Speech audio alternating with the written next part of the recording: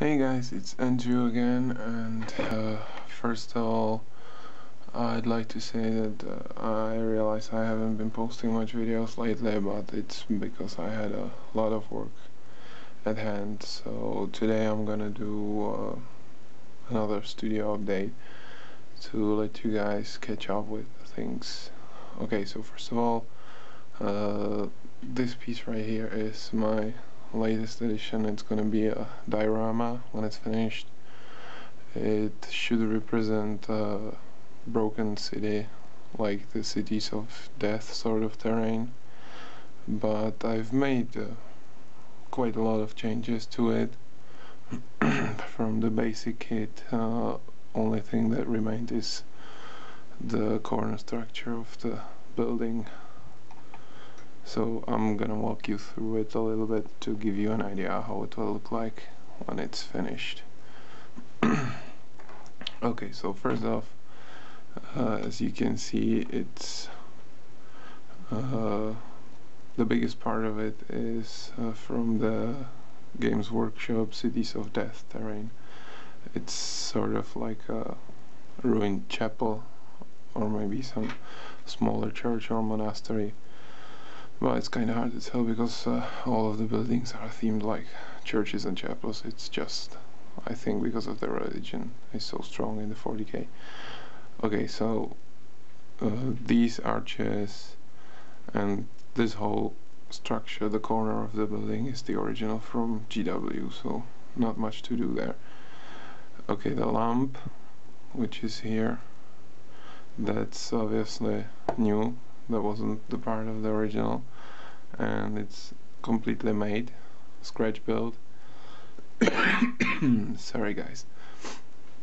So as I said, it's a scratch build that I've made for the purposes that I'll show you later.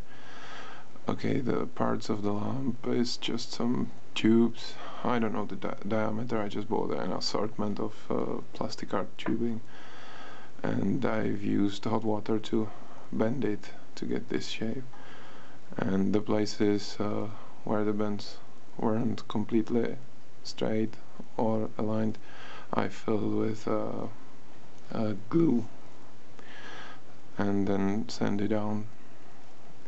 So these girders are they were bought from a model train store, and the tips on the top, they're actually from toothpicks. I tried to make them by hand, but it was really hard to get them all in the same shape and everything, so I just cut the end of toothpicks off, used some plaster on it to get rid of the wooden texture, and then paint them.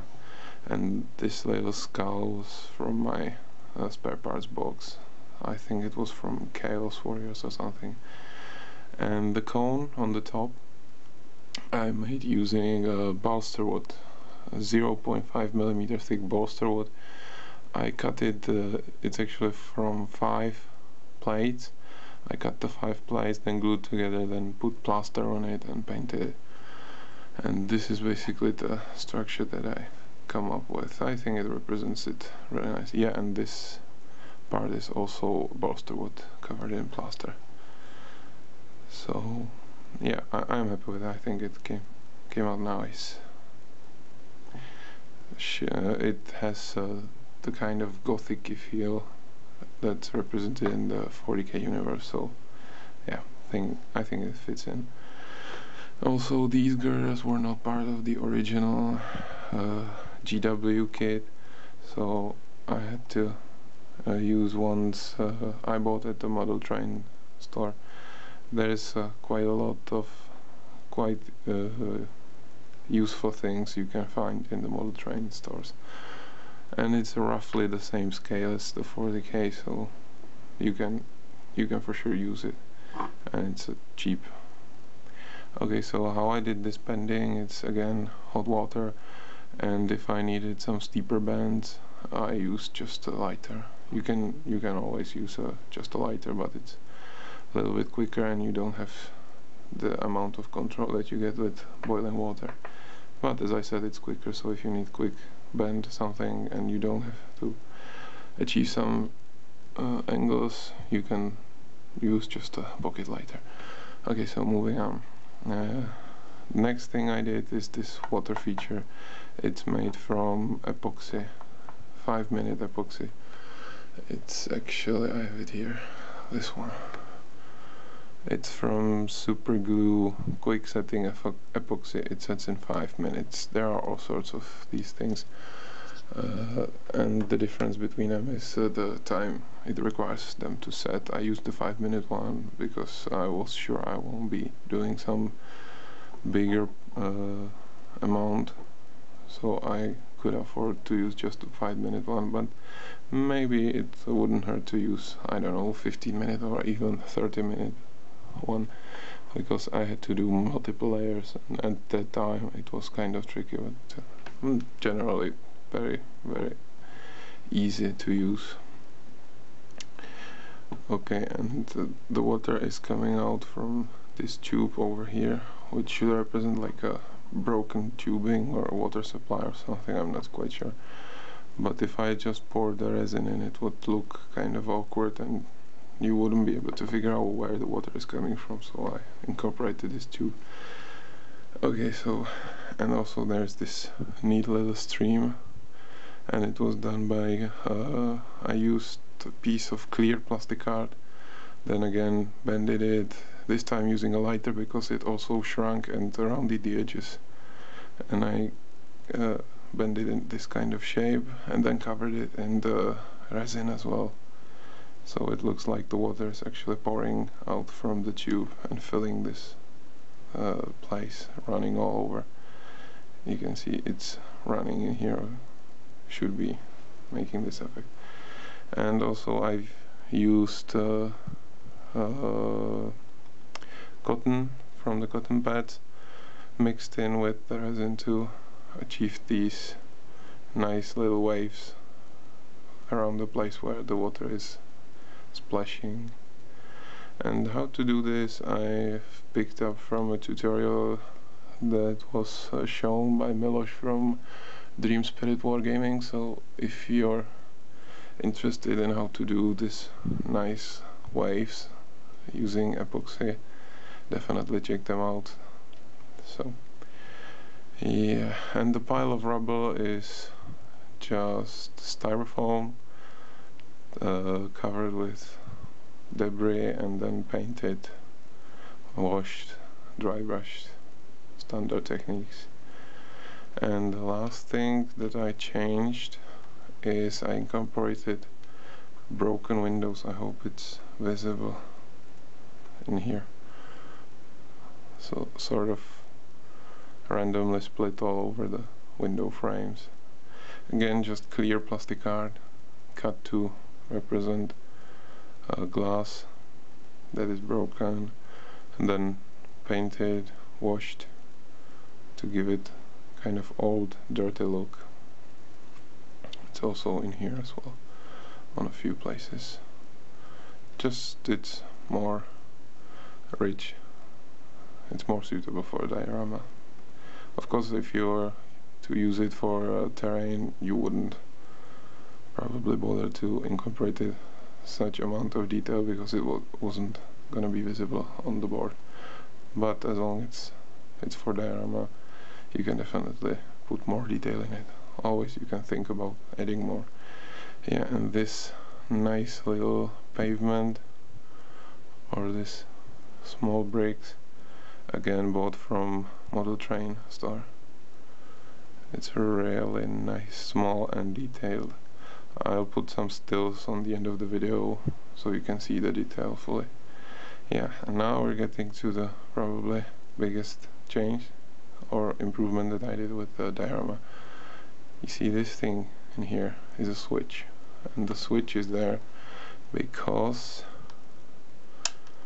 the lamp itself is actually shining. Let me turn off the light. Yeah. See, so it's functioning 40K style lamp.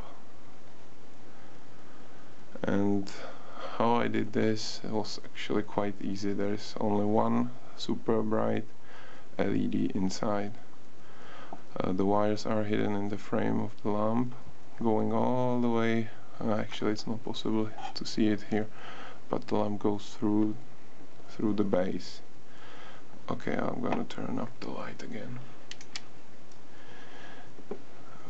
There you go. Very simple circuit. But the tricky part was that the LED itself is using 3.6 volts of voltage. But I didn't want to use two batteries, and I found out that inside some of the flashlights, the very cheap ones you can buy, is this very small circuit board which acts like a transformator. So from 1.5 volt battery, which I'm using, it's a AAA type, the small one, you can get 3.6 volts, which you need to power the LED. So there's a tip for you. You can definitely use it.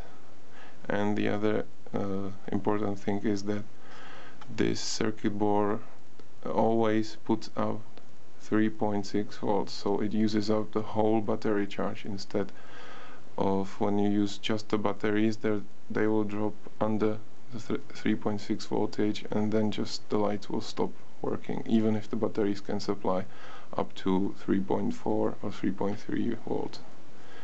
The LEDs will just shut down. Instead, when you use this PCB, it will drain the battery completely. So yeah, definitely you can use it.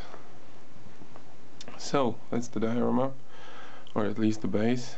It's not finished yet. I will add some furnishing, some probably more details like spent shells, maybe add leaves, but I'm not quite decided about it.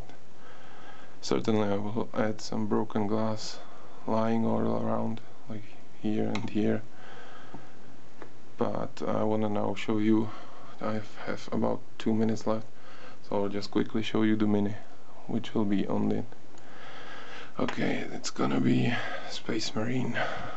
Who else could it be? So I hope the camera is focusing right, but if not, I will again put some stills on the end of the video.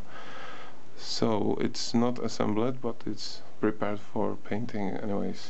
Now I have it in 2 parts, and that's because I've made some big changes to it, because I wanted to have like a sniper marine, and this diorama will be like a last stand kind of diorama. There will be some Khorne berserkers probably assaulting this marine, and he will be kind of pushed into the corner, making his last stand. So that's why I wanted a sniper rifle, because it's just badass gun. Okay, so the changes to the Space Marine. I've used the kneeling stance legs from a Devastator Marine squad, put some purity seals, some Aquila symbols, and basically that's the leg part covered. Some packing for the ammo, spare gun.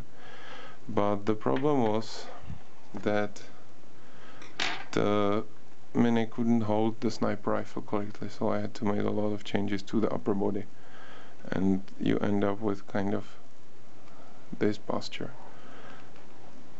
See? But to achieve this, because I wanted to be able to get the body close enough to the scope so it looks like he's actually sighting down the scope. To achieve this, I had to cut the wrist here and also here, and I needed to achieve this kind of angle look on this wrist, so I cut it, filed it down, and then used again some glue and filler to fill in the gap.